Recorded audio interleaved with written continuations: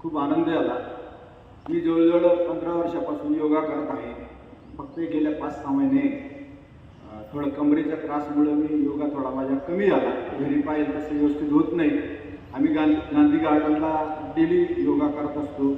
माझ्या सगळ्यांना आव्हान आहे की सगळ्यांनी पण असं रेग्युलर योगा जर केला तर त्याचा खूप सारा परिणाम होतोच, परंतु आहार तेवढाच महत्त्वाचा आहे।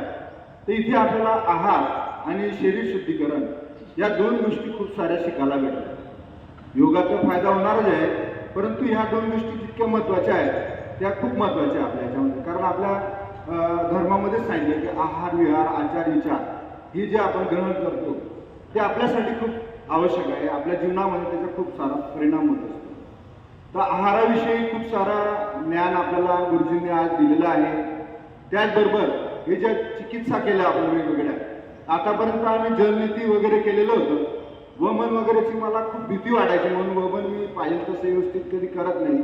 तर वमनच्या इथे मला भीती माझी गेली आणि वमनमुळे जे काही शुद्धीकरण झालं खूप सुंदर झालं आणि कुठलाही त्रास झाला नाही मला। विशेष म्हणजे त्याचा खूप मला आनंद आहे।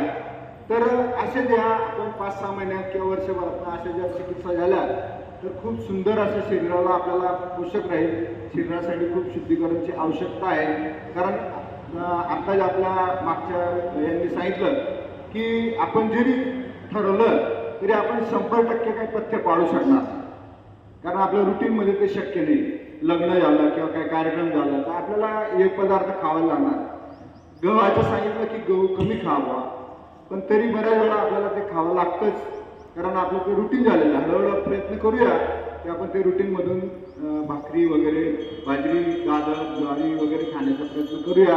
परंतु जेवढं शक्य आहे तर शुद्धीकरणाच्या माध्यमातून मग आपण जे काही टॉक्झिन झालेलं असेल ते काढल्याने आपल्याला खूप सारा परिणाम त्याचा आपल्याला होऊ शकतो।